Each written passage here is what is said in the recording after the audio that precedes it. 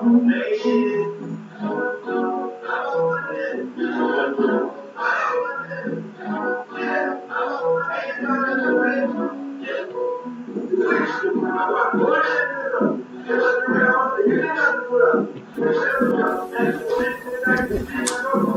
workshop basically is about grant writing, and I felt it important for me to come in and give first the context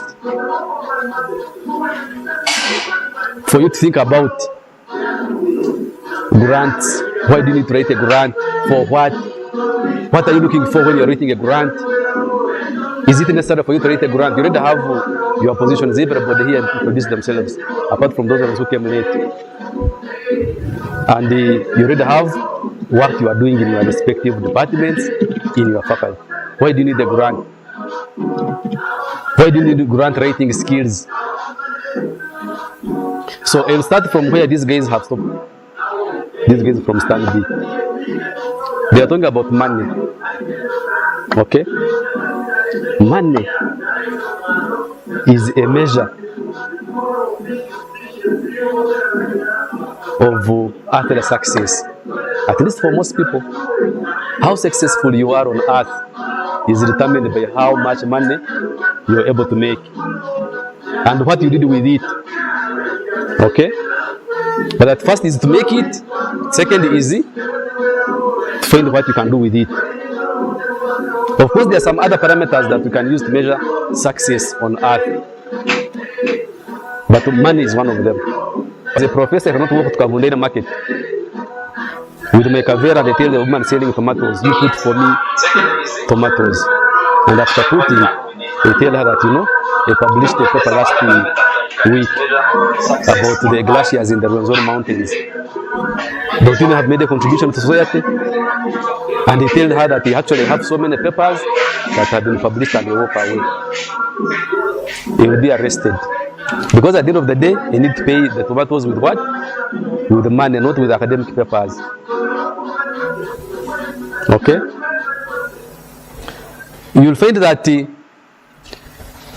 other things, including health, how healthy you are, the food you eat, the medication you take, is highly dependent on what?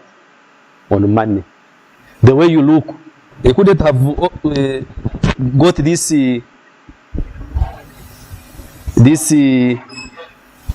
how you call it? Sweet at 20,000. Okay? For ladies' makeup, you find they are looking for all the different types of makeup. It requires what? Money. But apart from health, also relationships. At individual level, because there are 4 levels, there are actually 5 levels of relationships. At individual level, at intimate level, at family level, at friendship level, at professional level. You need money all through. Sometimes if you invite you, for example, let's discuss, you have an opportunity. You have a grant. You're looking for money to do your PhD. You're looking for money to do master's degree, and they have money. They say, let's meet at the Nyeka Hotel. Let's meet at Fort Breeze. And say, you see, they cannot have transport to come there. Will you be able to discuss with me? Okay, say you don't have transport. Can you log on online? You don't have that. It means lack of money will make you fail to get some opportunities, especially when it comes to the relationship level. But even apart from that, when it comes to acquisition of knowledge, skills, it requires money. Money to go and pursue a degree. They don't have money to go and pursue a PhD. So at the end of the day, money is very important in our lives. Socially, economically, and actually, spiritually. For me, when I'm driving in my car, I meet someone on the road. They say, you jump in and they take me. When I drop her in the town, she will say, God bless you. Assuming I didn't have it, would I have got that blessing? At the end of the day, everything is what? It's money. So assuming I didn't have it, I would not have got that blessing. Okay? If you go to church, the same. Okay? Not only these other current churches, which we call Pentecostal churches, but even traditional churches like the Catholic Church. Not only even the Catholic Church, but even the Anglican Church. I visited Canterbury. That is the home seat of the Anglican Church in the world. You will find there people buried in church. Those who are able to pay a lot of money so they can be buried in church. But prayers of the people every Sunday can help them to survive and live a good life in what? In heaven. So, at the end of the day, money is very important. If we look at in other social kind of spheres, people have sung about money. You have heard the song of Bobby Wine, Mr. Money. Talks about what? Atalina sente, tafumtalindazi. Not my words. So all those ones mean that we need to talk about money. Unfortunately, and they underscored the word unfortunately, many of us have been deceived to think differently. Over years, even where we have grown in our families, people have told us that money is evil, that you should not talk about money. Even in most cases, that's why you find that at the end of the day, when we are organizing a workshop like this, grant writing. And that's why I told you that what I'm going to talk about here is about finding money. When you ask, why are you writing the grant? Someone will try to hide them, trying to do this, help. At the end of the day, you need what? Money. The Bible has told us that it is actually very difficult for a rich man to go to heaven than it is for a camel to pass through the needle's eye. That is easier for the camel to pass through the needle's eye than for a rich man to go to heaven. So many people say, I'd rather be rich, I'd rather be poor, or I'd rather be happy than rich. And Robert Kiyosaki says, why can't you be both? Be happy and rich. But some people say, you'd rather be happy than rich. So,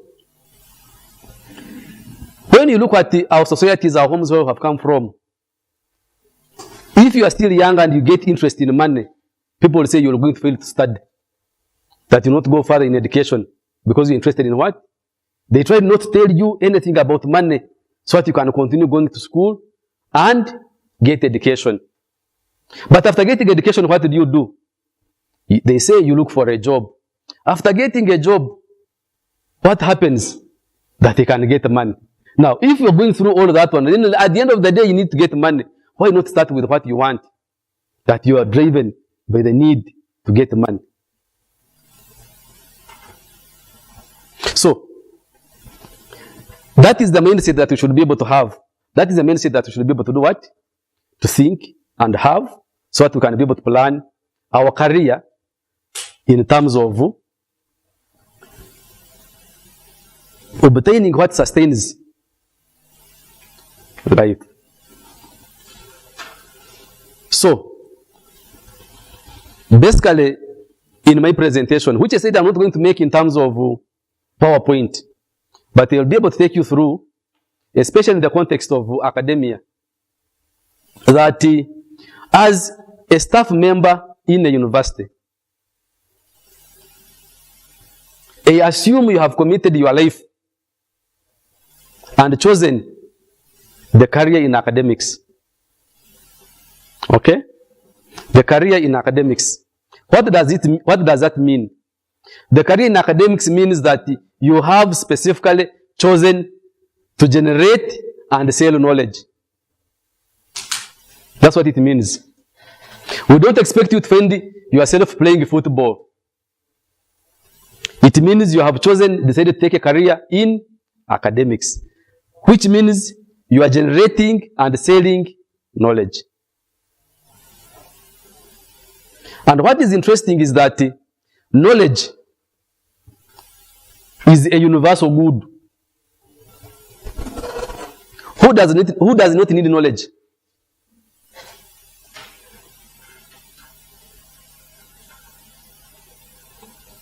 Is there anyone who doesn't need knowledge? Knowledge is a universal good. So if your business, your trade as an academic is to generate and sell knowledge, and knowledge is a universal good, that is one of the best businesses that you can ever do in the world. People say investment in education pays the highest interest. Yes, but the problem is that many people don't know how to use the investment in education because they have simply thought in a different way from what in a way they should have thought. So, since this is about grant writing workshop, I asked the dean and the organizer for me to broaden it and make it, especially this session for the start, is equal to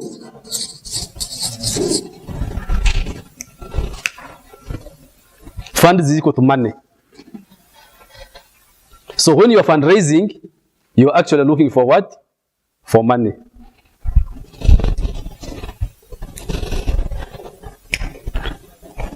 Some people have also said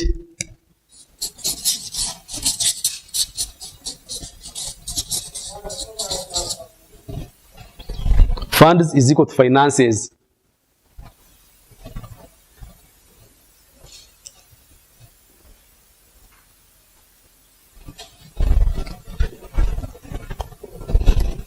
So,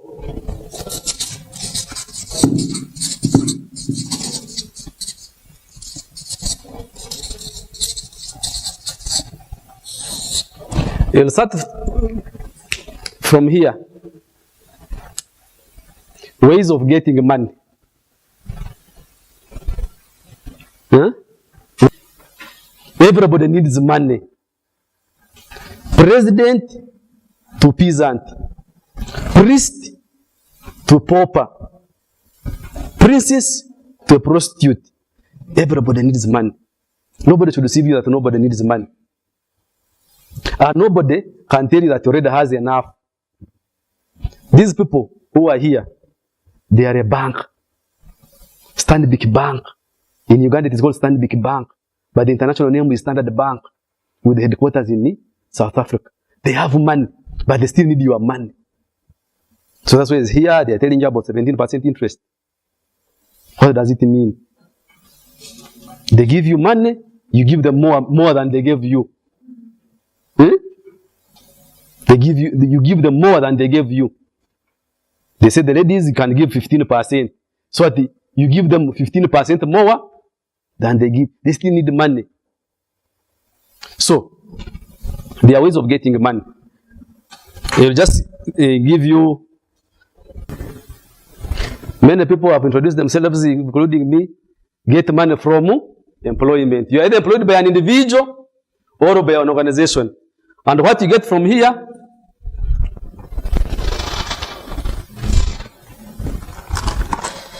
is money, but which has been baptized as salary. Salary is money. Though it comes from in the past salt, where the Roman soldiers used to be paid. Because at that time salt was a very expensive natural product. That whoever would work would be paid salt. And that's where salary drives its name. So many people here, including myself, look for you. Another day you don't come, another week. By the time you reach 3 weeks, they are looking for another person. A month, the salary will not come.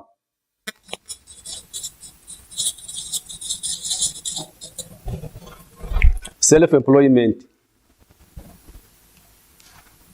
This is where now you're not only employed by an organization or an individual, but you're employing yourself. Where you have a shop, for example, you open, people come and buy. You do consultancy work, consultancy services. Personally, I am a product of consultancy services. I have done more consultancies than projects. Since I did my first consultancy in 2007, to date, I have done over 50 consultancies.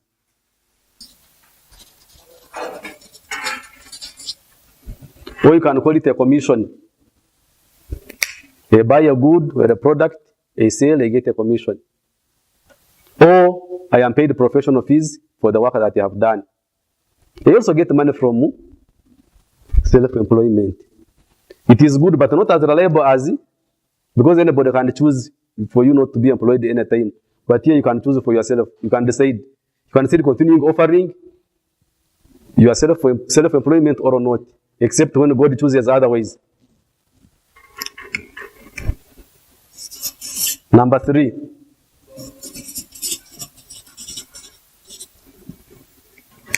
Business.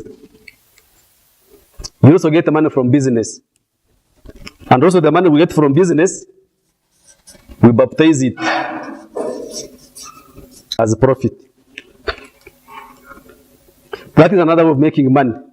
This is different from self-employment. Some people have some self-employment, they have some something, they call it business. It is not a business until it can run when you are not there.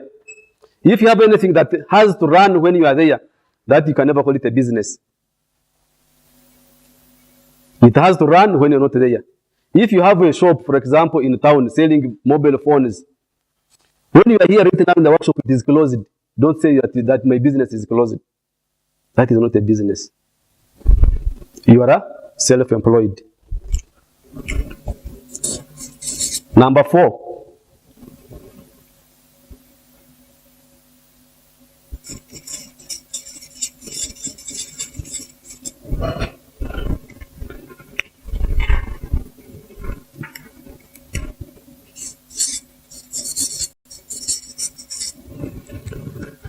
You can get money which we call a return from an investment.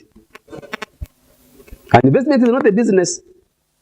A return on investment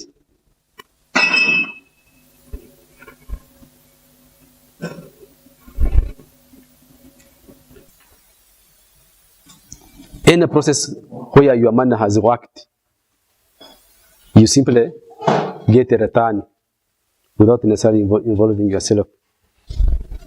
And that is the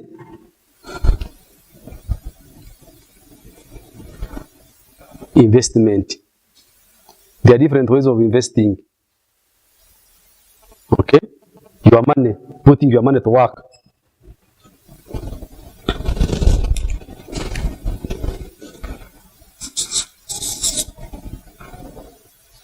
Number 5, we have a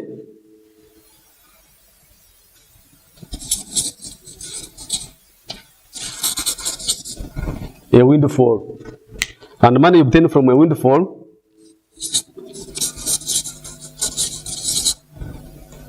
is what is referred to as a fortune or a bequest. It is another way of making money. Windfall. There is what they call windfall income. That is income which you have not planned for. It is something that really comes unexpected. Some people are involved in betting. You can bet and you buy a thing of 1,000 and it makes you 500 million, for example. Even something that comes when you have not planned for it. Because you have not put in place the deliberate efforts to do what?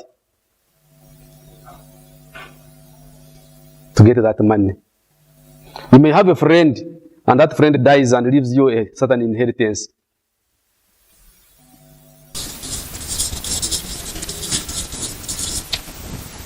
Number 6, raising.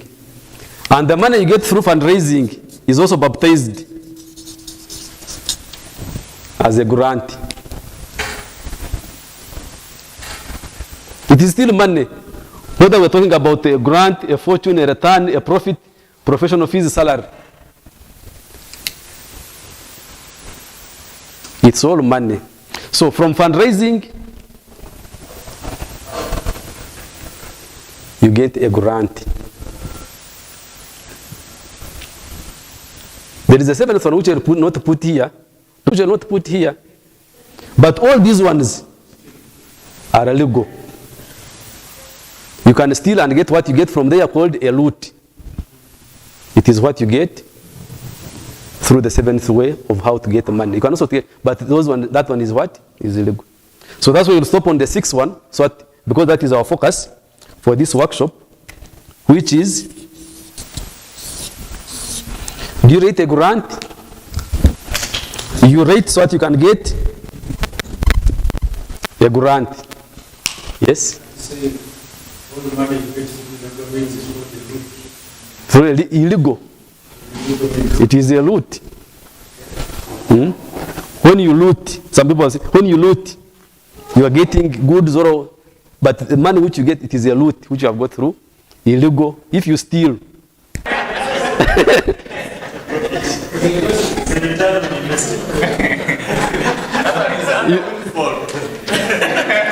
so now you see this way it is interesting. Some people, especially, recently you saw on TV a certain lady who told the man, and they signed an agreement that this man is going to marry this lady. This man spent I think it was around 9 point something million. People rounded it off in the media to make it 10 million, paying fees for this lady to study. After studying, the lady said, "You are not my class. I cannot marry you." So the man ran straight to court and said, I have been paying money for this lady. Here is actually the good thing, the man was very wise. Here is the agreement. That the agreement that this woman is going to marry me. Now after paying all this money, she doesn't want, she wants to run away. That is looting.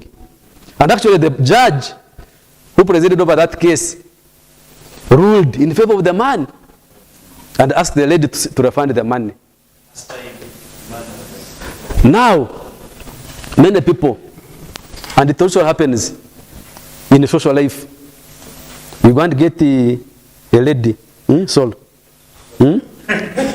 This lady, you buy for her 1, 2, 3, 4. It reaches around 11. You get excited. When you buy the 5th one, you find she's taking another one, 7th one, which you have not bought. When it reaches around midnight, she has disappeared. You start looking for where she is, she's nowhere. You see, this lady, I have invested in her. And now she has disappeared. That tomorrow even I'm the one who gave her transport when she was coming. And that's why for you, you're calling it investment. But you don't invest in something which you are not sure of that is going to bring a return. And here we're talking about money. When you invest something and you are not necessarily expecting to get money from it, then you cannot call it an investment. You're not necessarily calling it actually, even in education, some people have confused saying education is an investment. In financial terms, it's not an investment because you're not expecting direct financial returns. You only invest, for example, in treasury bills to know that, knowing that I'm going to get this percentage. Even you calculate the percentage of how much you get after the investment if it has performed very well. But this system of saying you are going to invest in someone, that let me invest and see, I have invested in the school fees for the lady. When a lady does that and knows that the man is investing, in quotes, and then afterward disappears, then she has done what we call looting. She has looted. Financing. And here you get what we call credit. Like the guys who were here, I think they're the ones who made me forget that from Stanbic. When you get financing, it means you are getting what we call a loan. So whenever you are spending money, better know where the source that money is coming from. And whether you are spending it so that you can generate more money, or you are simply spending it. So number one, if you have salary, in most cases, people pay all the others except themselves. And then they wait for some more salary. What remains with you? You then eventually also pay school fees. You say, I have got money, you think that is your money, and yet you have got it but paying all the other people except yourself. At the end of the day, you are yourself, and yet you are the one who has worked. So fundraising is getting a grant. And the grant is nothing other than money obtained for a social cause.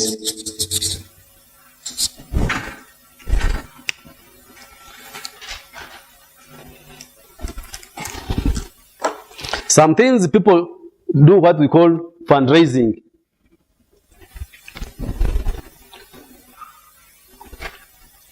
For their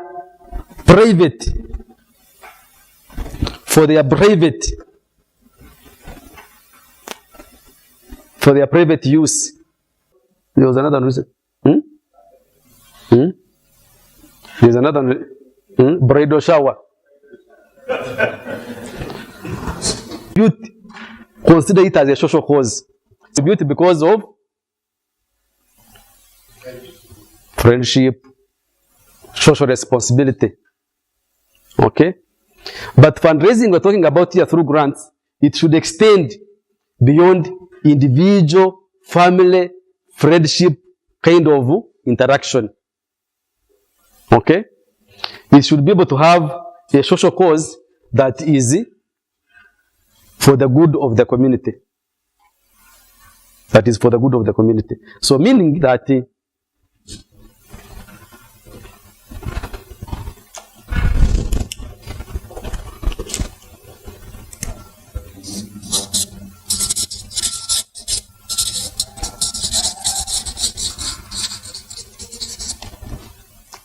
when you're looking for funds through fundraising, you must have something that is good for the community. You must have something that is good for the community.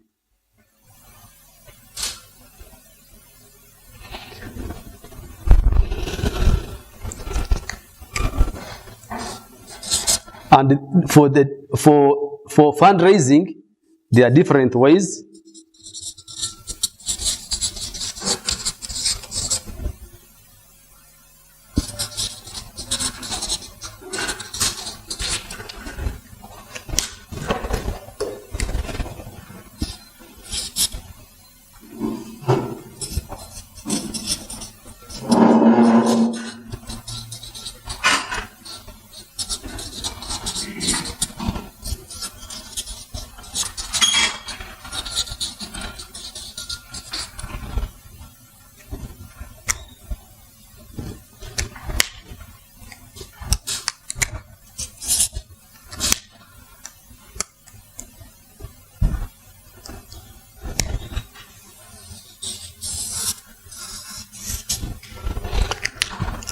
For you to be able to fundraise, you can do it in so many ways. Like people who do fundraising for charity. There are others who do through what we call syndicate. There are others who simply go on radio and call for contribution. If any some person maybe is prominent in society, needs some funds for medication, people go and campaign. You can do social network kind of fundraising. People contribute. Okay? But what we're talking about here, especially for this workshop, is for you to be able to do through project proposal writing. Project proposal writing.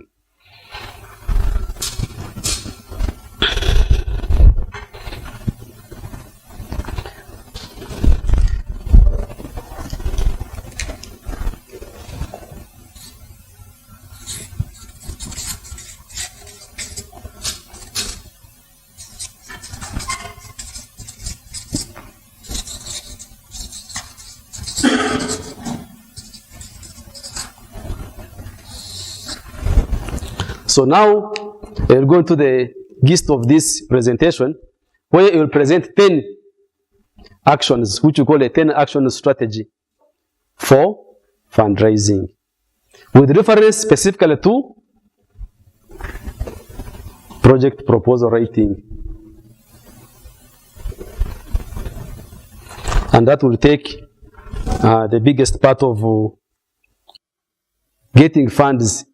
There are different ways of getting funds. If you need to get money for a social cause, you can get money from salary. But why can't you use your salary For example, you have a problem. For example, in your department, either in the physical sciences, biological sciences, in computer, you may need that. For example, in a certain school, they need to have internet access. Can't you get money from your salary and you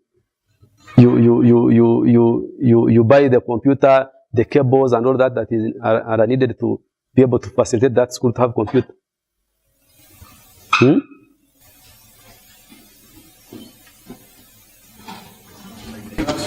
No, you can collect it even if it takes 10 years. You say every month you'll save this much until you reach maybe 20 million and then be able to contribute it to. So in most cases, people don't do it like that. Of course, as someone has pointed, the money is not enough, or someone has personal needs that needs to put that money too. Okay? But if you are starting a business, can't you put your salary to it?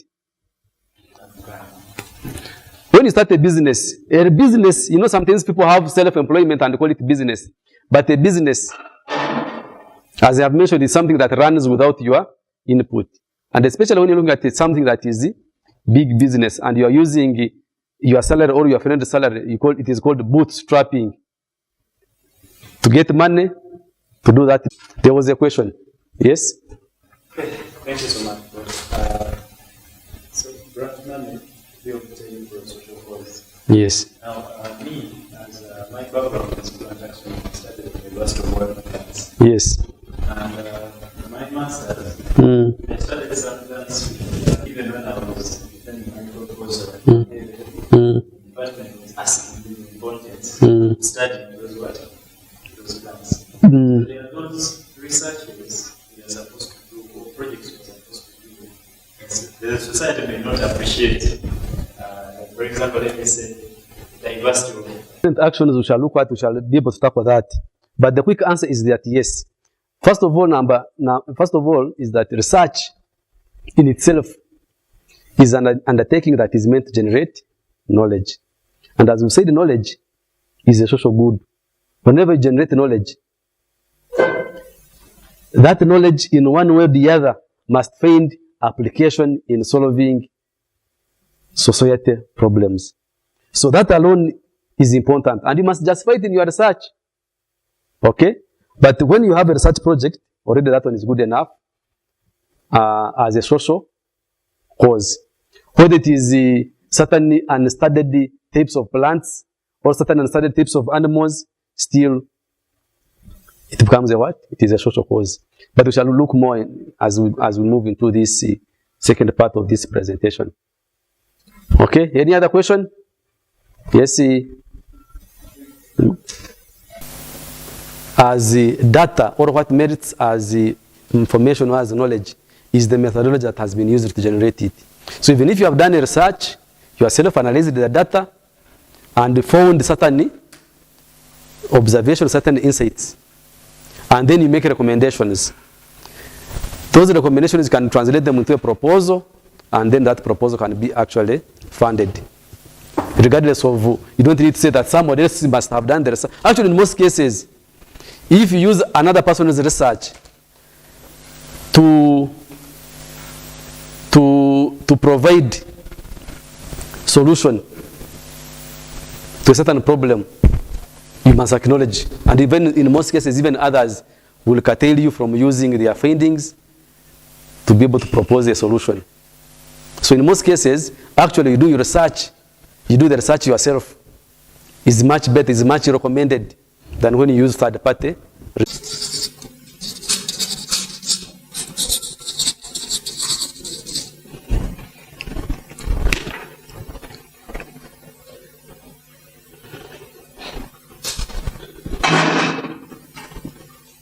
When you don't have a problem.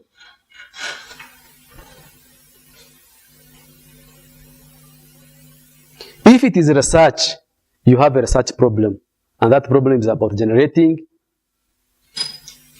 knowledge. You have a problem of wanting to know. That is a problem. That is at the basic level, meaning that everybody, at least at the basic level, should have a problem. If I may ask you to pause like for 30 seconds and note down in your notebook the problem you have. Does each one of you able to define their problem?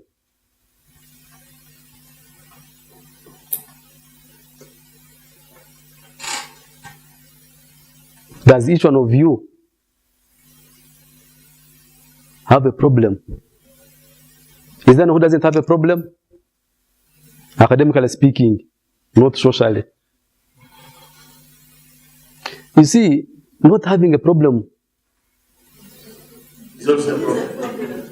Not having a problem is not a problem. But not having one and not knowing that you don't have one is a problem. So you may find that some people, the way you see people looking at me, because me I'm a teacher, I can easily tell that some people don't have a problem, but they are not able to accept that they don't have a problem. Because they think a problem is negative. That when you have a problem, people are going to condemn me. Actually, when you have a problem, you should even be very, very proud that you have identified something that needs something else. The moment you think, I don't have a problem, it is a problem. So the best way is to think that you have a problem. Yes, Vicky. What if it is an opportunity? Here we are talking about a problem. First. Maybe what we are talking about as an opportunity, it is at another level. Okay? But first is a problem. So, if it is an opportunity to do what?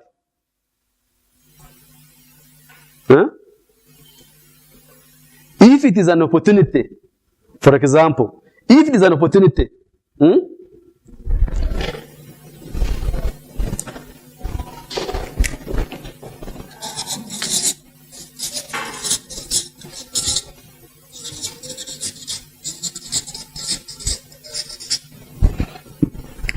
if it is an opportunity, as the Dean has said, to solve a problem, then you must profile it as a solution.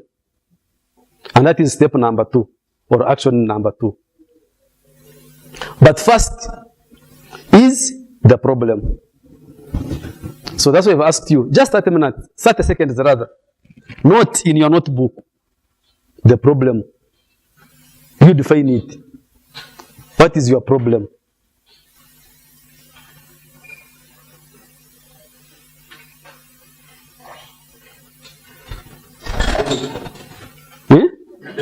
Yes, what is your academic problem?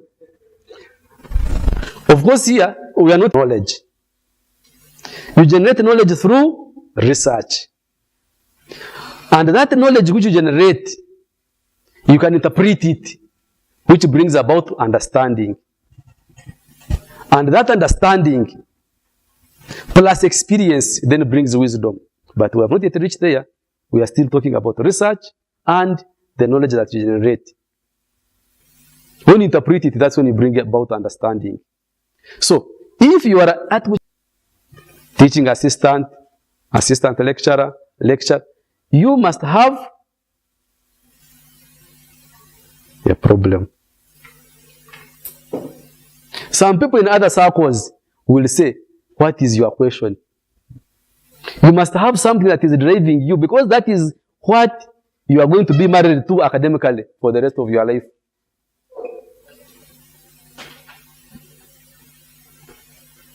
Sometimes people have not defined their problems, and that is now part of career development, academic, professional development.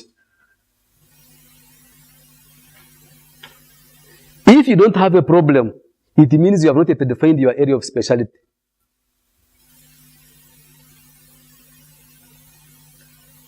It means you have not zeroed down to looking for money.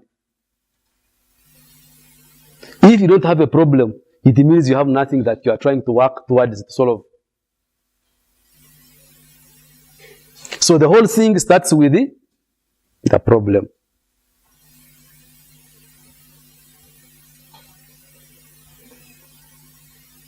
I will be chipping in here and there some aspects of academic professional development. You have been appointed primarily to teach. You have been allocated teaching load. And some of you, unfortunately, are satisfied with that.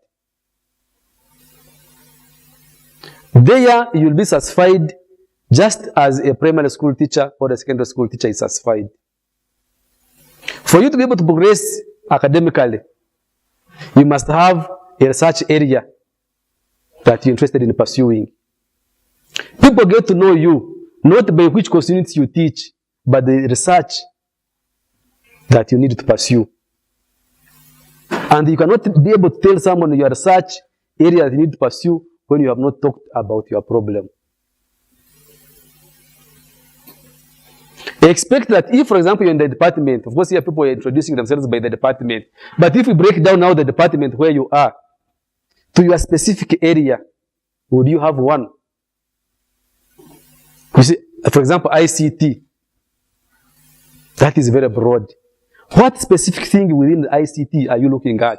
Are you working on? And why? So if you don't have it, my dear friends, you better start having it from today. Because that one is going to pave all your steps that you're going to do in your academic journey. When you define your problem, you can do it by description. You can do it by illustration. This one you can do, for example, what we call a problem tree. A problem tree is nothing other than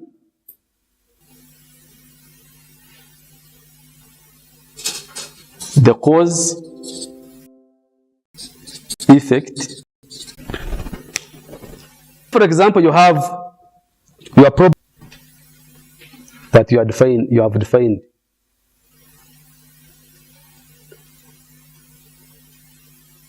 In your area of specialty.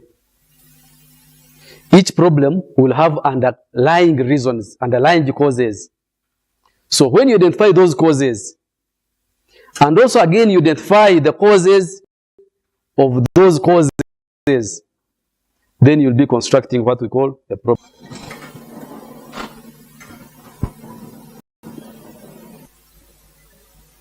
Then you propose a technology based on science which addresses a social problem. You can also start from a social problem and you work backwards to a technology, and then maybe you work backwards to the science. So, meaning that the problem that you describe, especially which has a social cause, it does not simply remain academic. It must also be able to include the social aspect of that problem. So that's why it is important to have here academic and social. So if you have an academic problem only, and it has no social application, you're not likely to get money. And if you have a social problem, and it doesn't have an academic aspect, you are looking to get money, but you may not be able to get academic credibility. Meaning that you must have both, a problem must be having the dimension which is academic and the dimension which is social.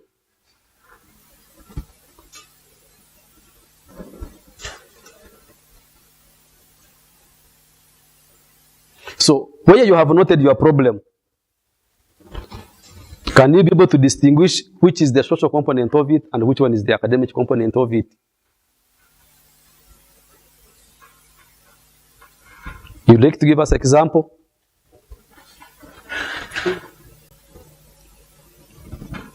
Anyone who has their problem? Okay, let me just use I told you that my work is in environment and natural resource management. My problem that I was able to pursue during my academic journey is that national parks have influence from the community who go inside the national parks to kill animals and get resources illegally. That is a problem. So they're always in conflict. Poachers are shot, animals are killed.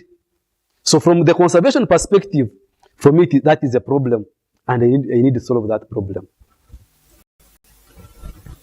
Now, if I go in and say the problem is to arrest all these poachers, fence the national park, that is a social approach.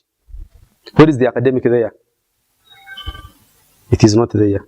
I must be able to find an academic input by looking at what are these different approaches that have been used so far to solve that problem and have failed. And then I be able to conceptualize, philosophize, think about a model which eventually I called the ENAD.